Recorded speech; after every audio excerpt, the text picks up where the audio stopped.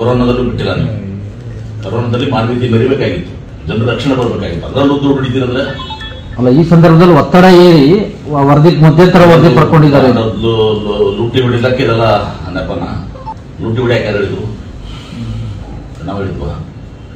ಅದು ಯಾರಲ್ಲ ಅಷ್ಟೇ ಅಲ್ಲ, ಮಾನವೀಯತೆಯ ಪ್ರಶ್ನೆ ಇತ್ತು. ಜನರ ಸಾವು ಬದುಕಿನ ಹೋರಾಟ ಇತ್ತು. ಆ ಸಂದರ್ಭದಲ್ಲಿ ಆ ಹಣದಲ್ಲಿ ನೀವು ಮಾಡಕ್ ಹೋಗಿದ್ರೆ ಅಲ್ಲಿರ್ತಾನಲ್ಲ ಮೇಲೆ ಅವನು ಕ್ಷಮ ಮಾಡೋದು. ಅಲ್ಲ, ಅವತ್ತಿನ ಸಂದರ್ಭದಲ್ಲಿ ಬೊಮ್ಮಾಯಿಯವರು ಸಿಎಂ ಆಗಿದ್ರು ಸರ್. ಉಪಮುಖ್ಯಮಂತ್ರಿ ಅಶ್ವಥ್ ನಾರಾಯಣ ಬೇರೆ ಇದ್ರು.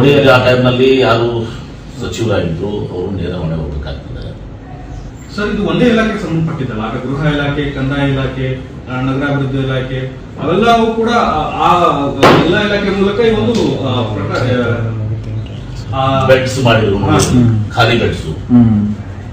ನಮ್ಮಲ್ಲಿ 24 ICU ಪಾಳೆ ಮಹಾರಾಷ್ಟ್ರದಿಂದ ಗುಲ್ಬರ್ಗಾದಿಂದ ಒಂದು ರಾತ್ರಿ ಡೆಲಿವರಿ. ಗುಲ್ಬರ್ಗಾದಾಗ ಅವ್ರನ್ನ ಕಾಂಪ್ಲಿಕೇಟೆಡ್ ಡೆಲಿವರಿ ಇತ್ತು, ಗುಲ್ಬರ್ಗಾದಾಗ ಹಿಡಿಲಿಲ್ಲ ಅವ್ರನ್ನ. ಗುಲ್ಬರ್ಗಾದಲ್ಲಿ ಬಿಜಾಪುರ ತನ್ನ ಗೇಟ್ ಮುಂದೆ ಹಾಕಿದ್ರು, ಹಾಸ್ಪಿಟಲ್ ಗೇಟ್ ಮುಂದೆ. ನಾನು ಎದ್ದು ತಿಳಿಸ ಇನ್ಸ್ಟ್ರಕ್ಷನ್ ಕೊಟ್ಟು ಅವ್ರು ಪಾಪ ಡಾಕ್ಟರ್ ತಗೊಂಡು ಆಪರೇಟ್ ಮಾಡಿದ್ರು. ಇದೆಲ್ಲ ಮಾಡ್ಬೇಕಾಗಿತ್ತು ಕೆಲಸ. ಯಾರ ಮೇಲೆ ಉಪಕಾರ ಮಾಡ್ತಾ ಇಲ್ಲ, ನಮ್ಮ ಕರ್ತವ್ಯ ಅದು, ಜವಾಬ್ದಾರಿ ಅದು.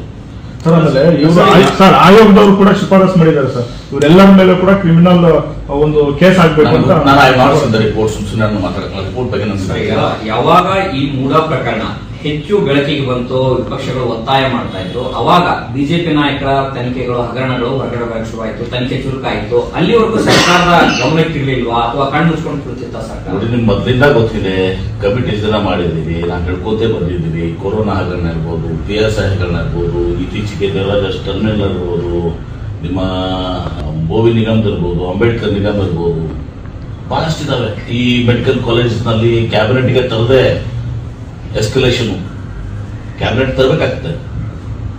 ಸಾವಿರಾರು ಕೋಟಿ ರೂಪಾಯಿ ದಿವಸ ಎಕ್ಸ್ಪಾನ್ಷನ್ ಮಾಡಿದ್ರು, ಬಿಲ್ಡಿಂಗ್ ಕಟ್ಟಿದ್ದಾರೆ ಮೆಡಿಕಲ್ ಗೌರ್ಮೆಂಟ್ ಮೆಡಿಕಲ್ ಕಾಲೇಜ್ ನಲ್ಲೆಲ್ಲ. ಇಂಥ ಬಹಳಷ್ಟಿದಾವೆ. ಎಲ್ಲವನ್ನು ಕೂಡ ತಾರ್ಕಿಕ ಅಂತ್ಯಕ್ಕೆ ಹೋಗ್ತೀವಿ.